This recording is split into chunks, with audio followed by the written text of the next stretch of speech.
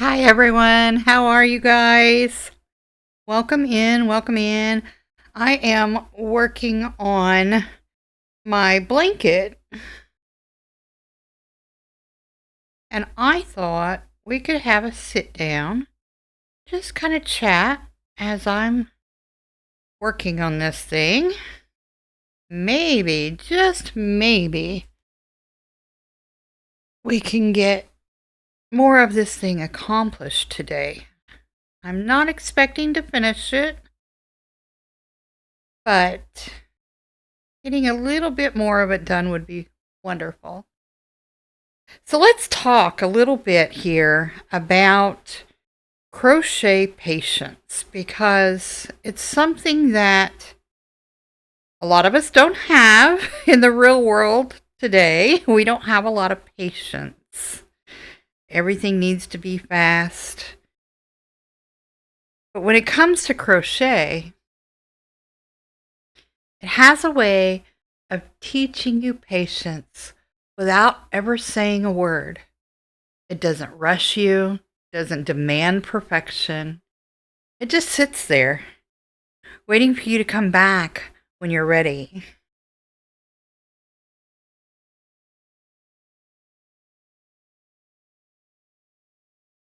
Over time, you start to realize that your projects that take the longest are often the ones that teach you the most. There are stitches that don't make sense right away, patterns that look confusing until suddenly they don't,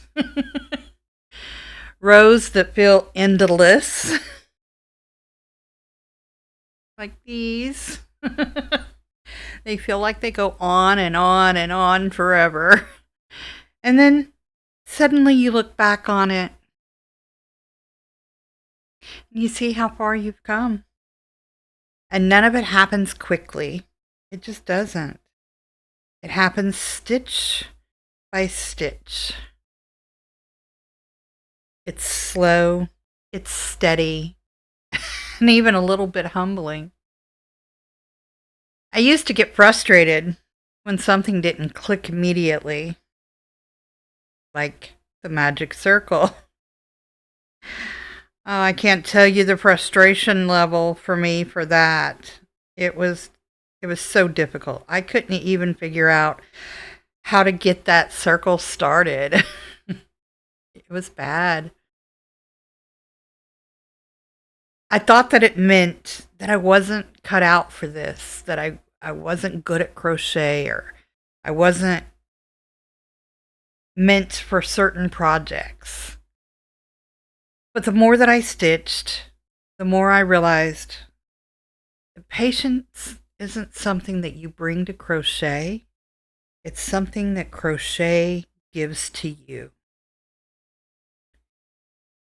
Now, those words are words to literally live by. You don't bring the patience, the crochet does.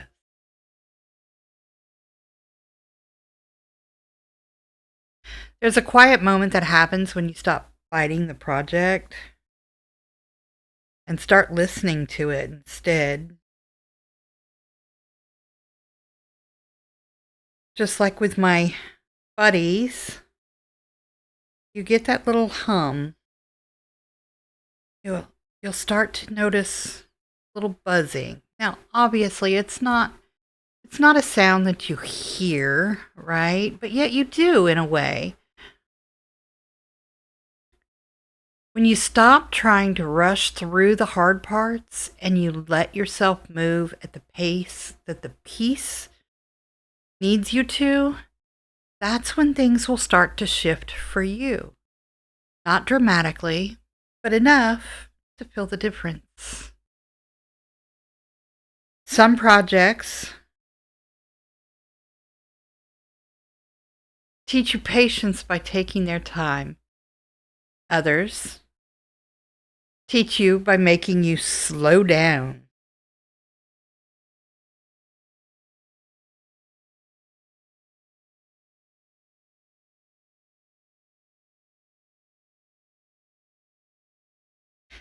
sometimes the stitches don't want to go through the loop correctly because you're trying to rush.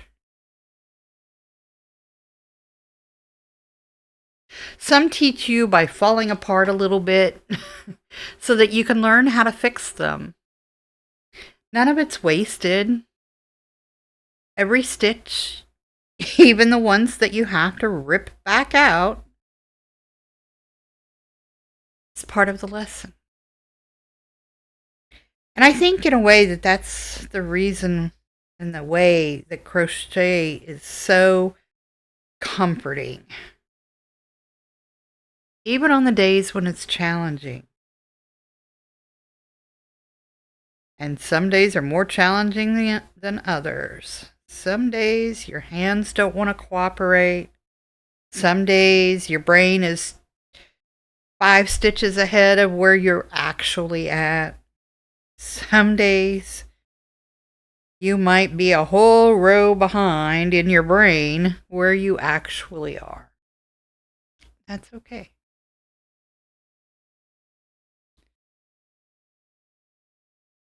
It still reminds you that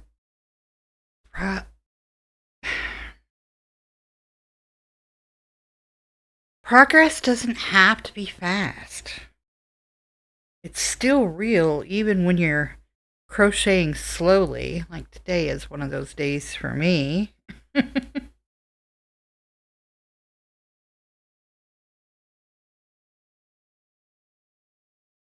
Some days your hands don't want to cooperate.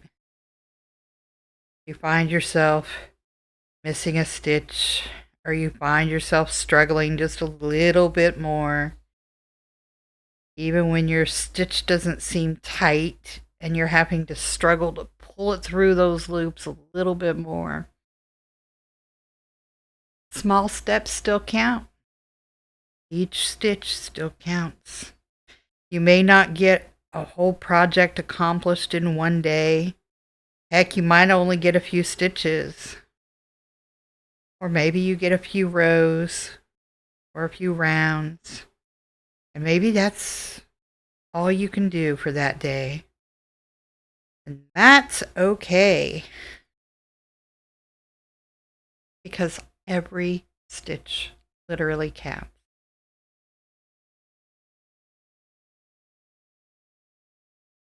The fact that you can take breaks when you need to is something that I think people overlook the most. If you need to take a break and step away from your work for a day, a week, heck, some of us sometimes, maybe it's even a month, that's okay. You could always come back and still be moving forward in your progress. So if you're working on something that's testing your patience right now, I hope you give yourself some grace. I hope you let the project just take the time that it needs. And I hope that you remember that slow progress is still progress. And sometimes it's the kind that stays with you the longest. And sometimes those projects that you swore you could have accomplished in 6 days because you've done it before, sometimes that project will turn into, it's taken me 6 weeks, honey, to get this blanket done. That's okay. It's okay. Because although we may have in our brains that we're going to work on this project and we're going to get it done as quickly as we can so that we can share it with loved ones or friends or whoever, or a YouTube channel, it doesn't mean that your progress is any less. It may mean that it's taken you more time, but it's still going to accomplish the same thing. You're still going to get those stitches finished.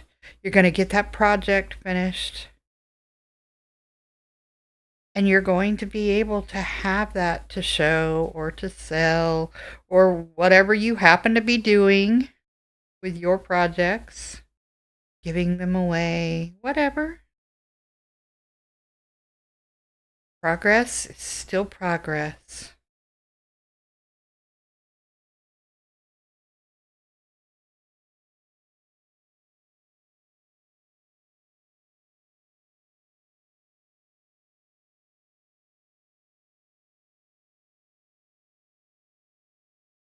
Blanket has gotten so big, it's sitting in my tote down by my feet, right down there.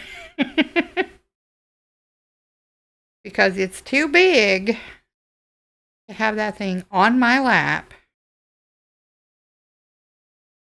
in the middle of June, especially in the Texas heat.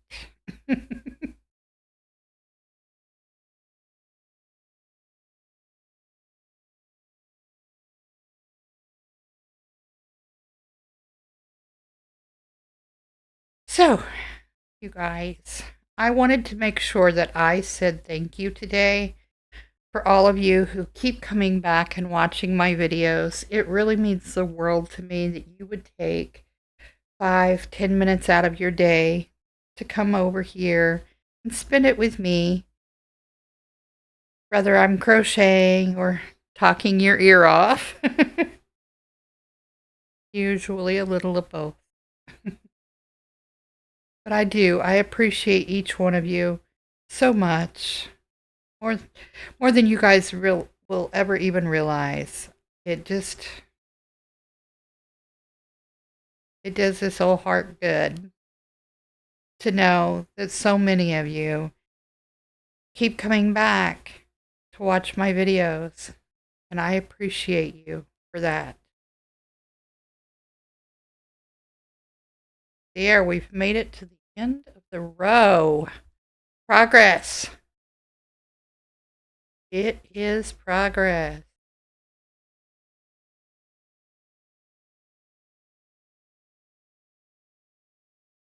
Look at that. You guys, let me show you. If I can get this thing to turn. And this is going to be an amazing throw blanket. Look at this, you guys. Working on the purple, the lavender, pink, and the green. You guys, it's so pretty. It's so pretty. Now, I don't know about you guys, but when I'm making a throw blanket, now, first of all, when I make any blankets, I'm not making it any certain size. I go until I think it's good enough. Like, is it wide enough? Does it cover my lap? If it covers my lap from side to side while I'm sitting here in my chair, then that's a pretty long enough or wide enough blanket. Now, as far as the length, I'm a little different. I want it to be able to, if I'm stretched out on the couch, I want it to be able to go from my toes all the way up to my neck if that's what I choose. So I like them really long, but not all that wide necessarily, just enough to be able to cover up with. But I like to snuggle under blankets, y'all. It's part of the reason why blankets were my first choice when it came to crochet. They are comfy, they're warm, they're a safe space, they're home. Anyway, until next time, be you, always. Bye, y'all.